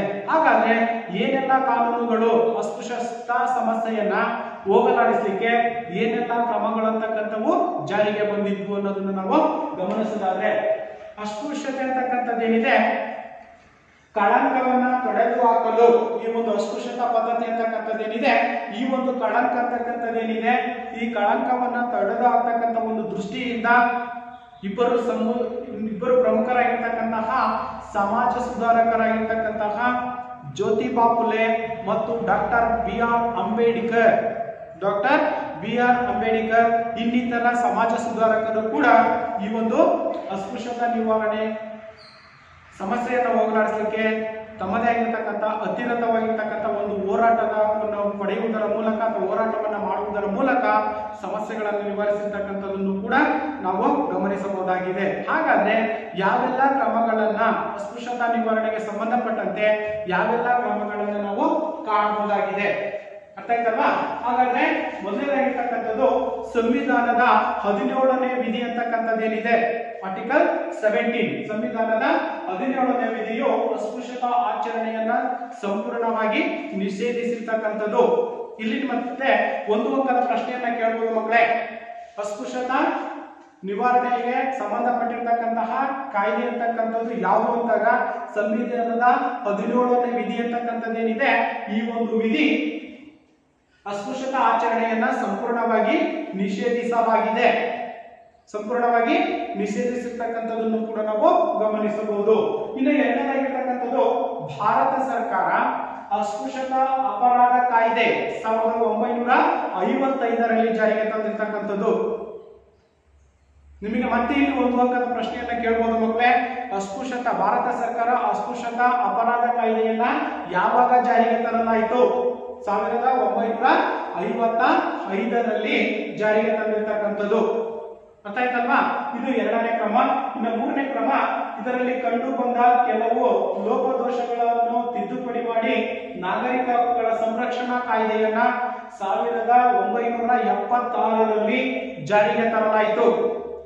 ಏನು 1955ರಲ್ಲಿ ಇರ್ತಕ್ಕಂತಹ ಅಸ್ಪೃಶ್ಯತಾ ಅಪರಾಧ ಕಾಯ್ದೆ ಅಂತಕ್ಕಂಥದ್ದೇನಿದೆ, ಅದರಲ್ಲಿ ಇರತಕ್ಕಂಥ ನ್ಯೂನತೆಗಳನ್ನ ತಿದ್ದುಪಡಿಯನ್ನ ಮಾಡುವುದರ ಮೂಲಕ 1976ರಲ್ಲಿ ಇದು ನಾಗರಿಕ ಹಕ್ಕುಗಳ ಸಂರಕ್ಷಣಾ ಕಾಯ್ದೆ ಎಂಬುದಾಗಿ ಜಾರಿಗೆ ತಂದಿರತಕ್ಕಂಥದ್ದನ್ನು ಕೂಡ ನಾವು ಕಾಣಬಹುದಾಗಿದೆ. ಇನ್ನ ಈ ಕಾಯ್ದೆಯ ಪ್ರಕಾರ ಯಾವ ಕಾಯ್ದೆ? 1976ರ ಕಾಯ್ದೆ ಅಂತಕ್ಕಂಥದ್ದೇನಿದೆ, ಈ ಕಾಯ್ದೆಯ ಪ್ರಕಾರ ಅಸ್ಪೃಶ್ಯತಾ ಆಚರಣೆ ಅಂತಕ್ಕಂಥದ್ದೇನಿದೆ ಶಿಕ್ಷಾರ್ಹ ಅಪರಾಧವಾಗಿರ್ತಕ್ಕಂಥದ್ದು. ಯಾರಾದ್ರೂ ಅಸ್ಪೃಶ್ಯರಿಗೆ ತೊಂದರೆಯನ್ನು ಕೊಟ್ಟಂತ ಸಂದರ್ಭದಲ್ಲಿ ಕಠಿಣವಾಗಿರ್ತಕ್ಕಂಥ ಕಾನೂನುಗಳಂತಕ್ಕಂಥವಿರೋದ್ರಿಂದ ಆ ಕಾನೂನುಗಳ ಮೂಲಕ ಅಸ್ಪೃಶ್ಯರನ್ನ ರಕ್ಷಣೆ ಮಾಡತಕ್ಕಂಥ ಒಂದು ಜವಾಬ್ದಾರಿಯನ್ನು ಕೂಡ ನಾವು 1976ರಲ್ಲಿ ಜಾರಿಗೆ ಬಂದಿರತಕ್ಕಂತಹ ಈ ಒಂದು ನಾಗರಿಕ ಹಕ್ಕುಗಳ ಕಾಯ್ದೆ ಅಡಿಯಲ್ಲಿ ಅದಕ್ಕೆ ರಕ್ಷಣೆಯನ್ನು ಕೂಡ ಕೊಡ್ತಕ್ಕಂಥ ಒಂದು ಜವಾಬ್ದಾರಿಯನ್ನ ನಾವು ಕಾಣ್ತಾ ಇದೀವಿ ಮಕ್ಕಳೇ. ಅರ್ಥ ಆಯ್ತಲ್ವಾ? ಇನ್ನ ಐದನೇದಾಗಿರ್ತಕ್ಕಂಥದ್ದು ಸಂವಿಧಾನಾತ್ಮಕವಾಗಿ ಸಾರ್ವತ್ರಿಕ ಮತದಾನ ನೀಡತಕ್ಕಂಥ ಹಕ್ಕು ಅಂತಕ್ಕಂಥದ್ದು ಕೂಡ ಅಸ್ಪೃಶ್ಯರಿಗೆ ಇರಲಿಲ್ಲ. ಆ ಒಂದು ಕಾರಣದಿಂದ ಸಂವಿಧಾನಾತ್ಮಕವಾಗಿ ಸಂವಿಧಾನದಲ್ಲಿ ಹೇಳಿದೆ 18 ವರ್ಷ ಮೇಲ್ಪಟ್ಟಿರ್ತಕ್ಕಂಥವ್ರು ಏನಿದ್ದಾರೆ ಅವರೆಲ್ಲರೂ ಕೂಡ ಸಾರ್ವತ್ರಿಕ ಮತದಾನ ಅಥವಾ ಸಾರ್ವತ್ರಿಕ ಚುನಾವಣೆ ಅಂತಕ್ಕಂಥದ್ದು ಏನಾಗುತ್ತೆ, ಆ ಚುನಾವಣೆಯಲ್ಲಿ ಮತ ಚಲಾಯಿಸ್ತಕ್ಕಂಥ ಹಕ್ಕನ್ನ ಪ್ರತಿಯೊಬ್ಬರು ಕೂಡ ಅಂದ್ರೆ 18 ವರ್ಷ ಮೇಲ್ಪಟ್ಟಿರ್ತಕ್ಕಂಥವ್ರು ಏನಿದ್ದಾರೆ ವಯಸ್ಕರು ಅಂತ ನಾವೇನ್ ಕರಿತೀವಿ, ಆ ವಯಸ್ಕರು ಮತ ಚಲಾಯಿಸ್ತಕ್ಕಂಥ ಒಂದು ಹಕ್ಕನ್ನು ಕೂಡ ಸಂವಿಧಾನದಲ್ಲಿ ನೀಡಿರ್ತಕ್ಕಂಥದ್ದನ್ನ ಮಾಡ್ತಾ ಇದೀವಿ. ಅದನ್ನೇ ಸಂವಿಧಾನಾತ್ಮಕವಾಗಿ ಸಾರ್ವತ್ರಿಕ ಮತದಾನ ಹಾಗೂ ಸಮಾನತೆಯ ಹಕ್ಕನ್ನು ಕೂಡ ದೇಶದ ಎಲ್ಲಾ ನಾಗರಿಕರಿಗೂ ಕೂಡ ನೀಡಿರ್ತಕ್ಕಂಥದ್ದು. ಸಾರ್ವತ್ರಿಕ ಚುನಾವಣೆಯಲ್ಲಿ 18 ವರ್ಷ ಮೇಲ್ಪಟ್ಟಿರ್ತಕ್ಕಂಥವ್ರು ಏನಿದ್ದಾರೆ ಇವರು ತಮ್ಮ ಹಕ್ಕನ್ನ ಚಲಾಯಿಸಬಹುದು. ಸಮಾನತೆ ಅಂತಕ್ಕಂಥದ್ದನ್ನು ಕೂಡ ನಾವು ಕಾಯ್ದುಕೊಳ್ಳಿಕ್ಕೆ ಸಾಧ್ಯ ಆಗುತ್ತೆ. ಇನ್ನ ಆಮೇಲಾಗಿರ್ತಕ್ಕಂಥದ್ದು ವಿಶೇಷವಾಗಿ ಈ ಒಂದು ಕಾನೂನುಗಳು ಅಸ್ಪೃಶ್ಯತಾ ನಿವಾರಣೆ ಕಾನೂನುಗಳು ಅಂತಕ್ಕಂಥವೇನಿದಾವೆ ಇದರಲ್ಲಿ ವಿಶೇಷವಾಗಿ ಪರಿಶಿಷ್ಟ ಜಾತಿ ಮತ್ತು ಪರಿಶಿಷ್ಟ ಪಂಗಡ SC ಮತ್ತು ST ಅಂತ ನಾವೇನ್ ಕರಿತೀವಿ, ಪರಿಶಿಷ್ಟ ಜಾತಿ ಮತ್ತು ಪರಿಶಿಷ್ಟ ಪಂಗಡ ಮತ್ತು ಹಿಂದುಳಿದ ವರ್ಗದವರಿಗೆ ಶಿಕ್ಷಣ ಮತ್ತು ಉದ್ಯೋಗದ ಮೀಸಲಾತಿ ಅಂತಕ್ಕಂಥದ್ದನ್ನು ನೀಡತಕ್ಕಂಥದ್ದು. ಪರಿಶಿಷ್ಟ ಜಾತಿ, ಪರಿಶಿಷ್ಟ ಪಂಗಡ ಮತ್ತು ಹಿಂದುಳಿದ ವರ್ಗಗಳು ಅಂತಕ್ಕಂಥವೇನಿದ್ದಾವೆ ಈ ಹಿಂದುಳಿದ ವರ್ಗಗಳಿಗೆ ಸಂಬಂಧಪಟ್ಟಂತೆ ಅವ್ರದೇ ಆಗಿರ್ತಕ್ಕಂಥ ಒಂದೊಂದು ಕ್ಷೇತ್ರದಲ್ಲಿ ಅಥವಾ ಉದ್ಯೋಗದಲ್ಲಿ ಮೀಸಲಾತಿ ಅಂತಕ್ಕಂಥದ್ದನ್ನು ನಾವು ಗಮನಿಸ್ತಾ ಇದ್ದೀವಿ. ಮಹಿಳಾ ಮೀಸಲಾತಿ ಅಂತ ಕರಿತೀವಿ, ಪರಿಶಿಷ್ಟ ಮೀಸಲಾತಿ ಅಂತ ಕರಿತೀವಿ, ಪರಿಶಿಷ್ಟ ಪಂಗಡದ ಮೀಸಲಾತಿ ಅಂತ ಕರಿತೀವಿ. ಪ್ರತಿಯೊಂದರಲ್ಲೂ ಕೂಡ ಅವರಿಗೆ ಆಗಿರ್ತಕ್ಕಂತಹ ಯಾರ್ಯಾರಿಗೆ ಪರಿಶಿಷ್ಟ ಜಾತಿ ಮತ್ತು ಪರಿಶಿಷ್ಟ ಪಂಗಡ ಹಾಗೇನೆ ವಿಶೇಷವಾಗಿ ಪರಿಶಿಷ್ಟ ಜಾತಿ ಮತ್ತು ಪರಿಶಿಷ್ಟ ಪಂಗಡ ಏನಿದೆ ಇದಕ್ಕೂ ಕೂಡ ಶಿಕ್ಷಣ ಮತ್ತು ಉದ್ಯೋಗದಲ್ಲೂ ಕೂಡ ಮೀಸಲಾತಿ ಅಂತಕ್ಕಂಥದನ್ನ ನಾವು ಕಾಣ್ತಾ ಇದ್ದೀವಿ.